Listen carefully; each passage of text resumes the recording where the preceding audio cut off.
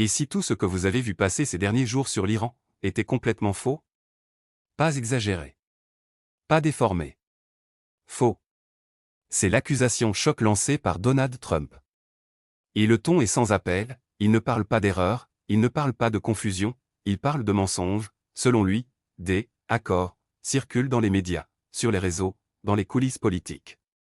Mais ces accords n'existent tout simplement pas. Pire encore, il accuse directement certains acteurs d'être, je cite, des escrocs, des charlatans, et même pire. Parce que là, on dépasse largement le simple débat politique. On entre dans une guerre de l'information. Qui ment? Qui manipule? Et surtout, pourquoi maintenant? Car ce timing n'est pas anodin. Quand le président des États-Unis s'exprime avec une telle violence sur un sujet aussi sensible que l'Iran, ce n'est jamais gratuit. C'est calculé, c'est stratégique, et ça envoie un message très précis, un message aux médias. Un message aux adversaires politiques, mais aussi, un message à l'opinion publique. En clair, ne croyez pas ce que vous voyez. La vérité est ailleurs. Et c'est exactement là que ça devient explosif. Parce que si Trump dit vrai, alors une partie de l'information que le public consomme aujourd'hui pourrait être manipulée, mais s'il exagère, alors on assiste à une tentative de décrédibilisation massive. Dans les deux cas, une chose est certaine, on ne parle pas juste de diplomatie. On parle de contrôle du récit. Et dans ce genre de situation, celui qui contrôle le récit contrôle aussi la perception du monde. Alors accrochez-vous. Parce que ce que Trump vient de lancer, ce n'est pas une simple déclaration. C'est le début d'un affrontement. Maintenant, posons les choses clairement. Qu'est-ce que Donald Trump affirme exactement? Dans sa prise de parole, il ne laisse aucune place à l'ambiguïté. Selon lui, les informations qui circulent actuellement sur de supposés accords entre les États-Unis et l'Iran sont tout simplement fausses. Pas incomplètes. Pas sorties de leur contexte. Fausses. Et il insiste lourdement sur ce point. D'après lui, ces accords, qui font le tour des médias et des réseaux sociaux, ne sont pas issus de négociations officielles. Autrement dit, ce ne sont pas des fuites crédibles, mais des fabrications. Et là, il va encore plus loin. Il affirme que ces informations sont volontairement diffusées par des individus ou des groupes qu'il qualifie lui-même de douteux. Ce ne seraient donc pas des erreurs journalistiques classiques, mais des tentatives délibérées de manipulation. Son message est simple, ce que vous voyez circuler n'est pas la réalité des discussions. Parce que, et c'est un point central, il rappelle que les véritables négociations avec l'Iran se déroulent à huis clos. Dans ce type de dossier, tout est verrouillé. Les discussions sont confidentielles, stratégiques, ultra sensibles. Aucune puissance sérieuse ne dévoile ses cartes publiquement dans ce genre de contexte.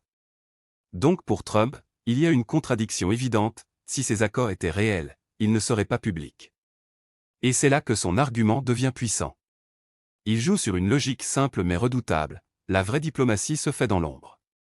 Ce qui est exposé en pleine lumière est suspect. Mais attention. Ce discours ne sert pas seulement à nier des informations. Il sert aussi à redéfinir ce qui est crédible, et ce qui ne l'est pas. En disant que tout ce qui circule est faux, Trump ne se contente pas de contredire. Il remet en cause la source même de l'information. Et ça, c'est fondamental. Parce qu'au-delà des faits, il s'attaque à la confiance. Confiance envers les médias. Confiance envers les analystes. Confiance envers les fuites. En résumé, son message peut se traduire comme ça: si vous voulez comprendre ce qui se passe vraiment, ne vous fiez pas à ce que vous voyez. Et dans un monde saturé d'informations. C'est une déclaration extrêmement puissante. Parce qu'elle brouille totalement les repères. Elle crée le doute.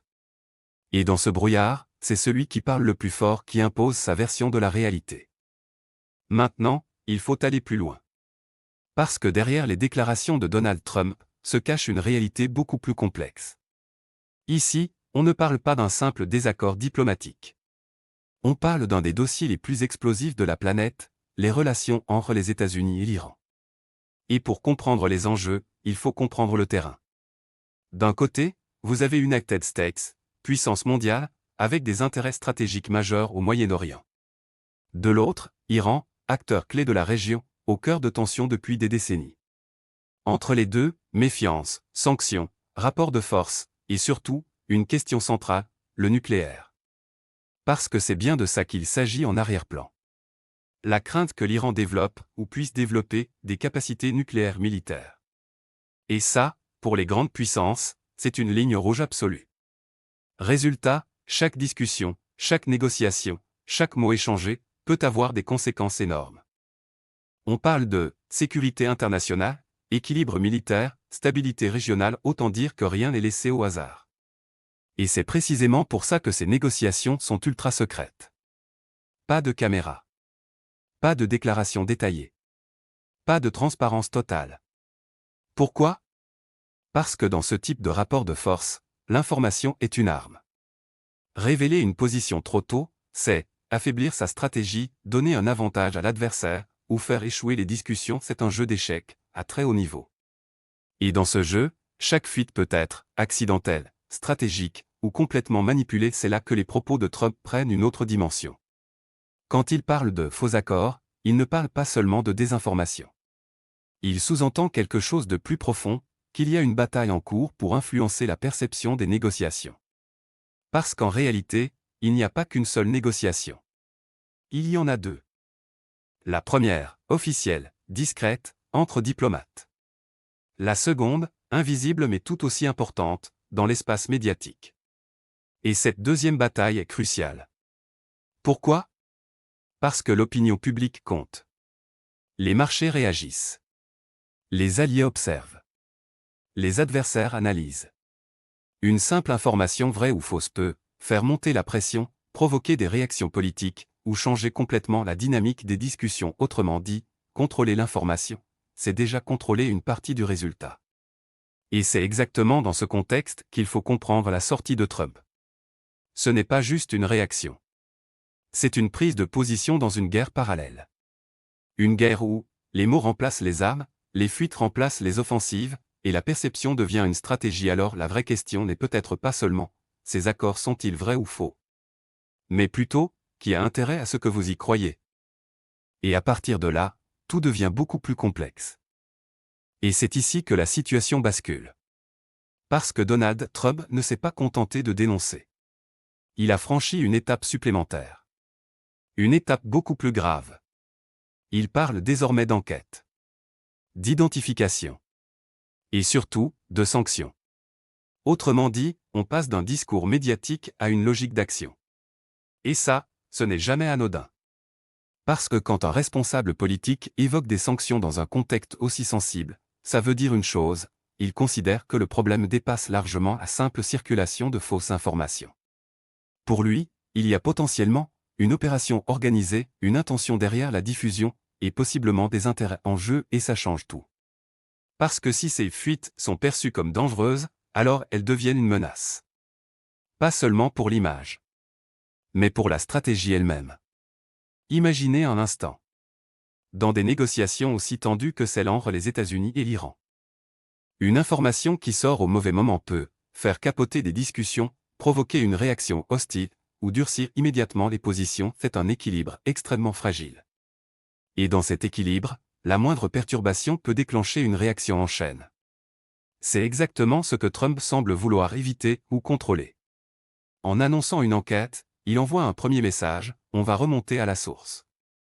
Ce n'est plus une simple accusation vague. C'est une volonté d'identifier précisément qui diffuse ces informations, d'où elles viennent, et dans quel but, et ensuite viennent les sanctions. Et là, il faut bien comprendre le poids du mot. Une sanction, ce n'est pas symbolique. Ça peut être des poursuites judiciaires, des restrictions professionnelles, des conséquences politiques majeures. C'est une manière de dissuader. De dire clairement, diffuser ce type d'information aura un prix.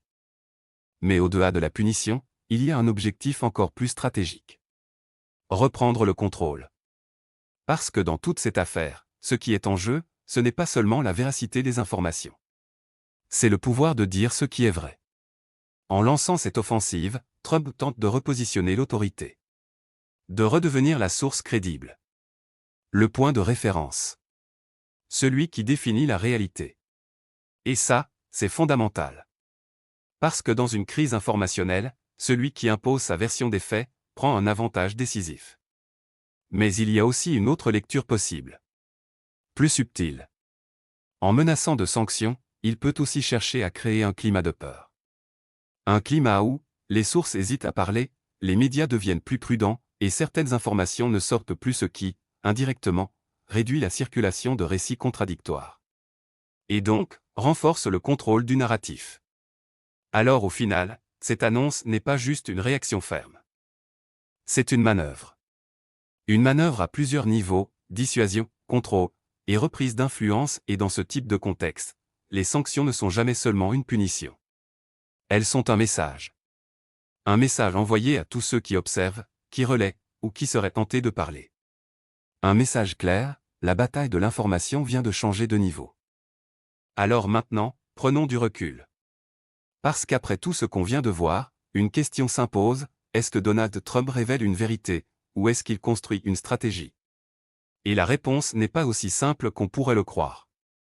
Première possibilité. Trump dit vrai. Dans ce scénario, il y aurait effectivement une manipulation de l'information autour des négociations avec l'Iran. Des acteurs, politiques, médiatiques ou autres, diffuseraient de faux contenus pour influencer l'opinion, peser sur les discussions, ou déstabiliser certaines positions. Dans ce cas-là, sa sortie serait une alerte. Un signal destiné à prévenir, attention, ce que vous consommez comme information n'est peut-être pas fiable. Et dans un monde où les fake news circulent à grande vitesse, ce scénario est loin d'être impossible. Mais il y a une deuxième lecture. Plus politique. Plus stratégique. Et peut-être plus dérangeante. Dans cette hypothèse, Trump ne chercherait pas seulement à dénoncer de fausses informations. Il chercherait à décrédibiliser toute information qui ne vient pas de lui ou de son camp. Autrement dit, créer un doute généralisé. Un doute où plus rien n'est totalement fiable. Et dans ce brouillard, imposer sa propre version des faits. C'est une technique bien connue en communication de crise. On ne combat pas seulement une information. On affaiblit la confiance dans toutes les autres. Résultat, le public ne sait plus quoi croire.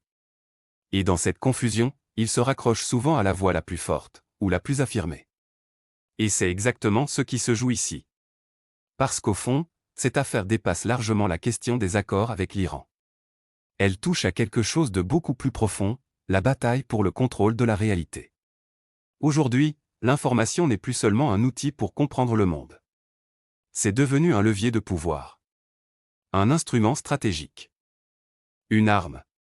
Et dans cette guerre-là, il n'y a pas seulement des faits. Il y a des récits. Des narratifs. Des versions concurrentes de la vérité. Alors, est-ce que Trump protège la réalité, ou est-ce qu'il la redéfinit? C'est toute la question.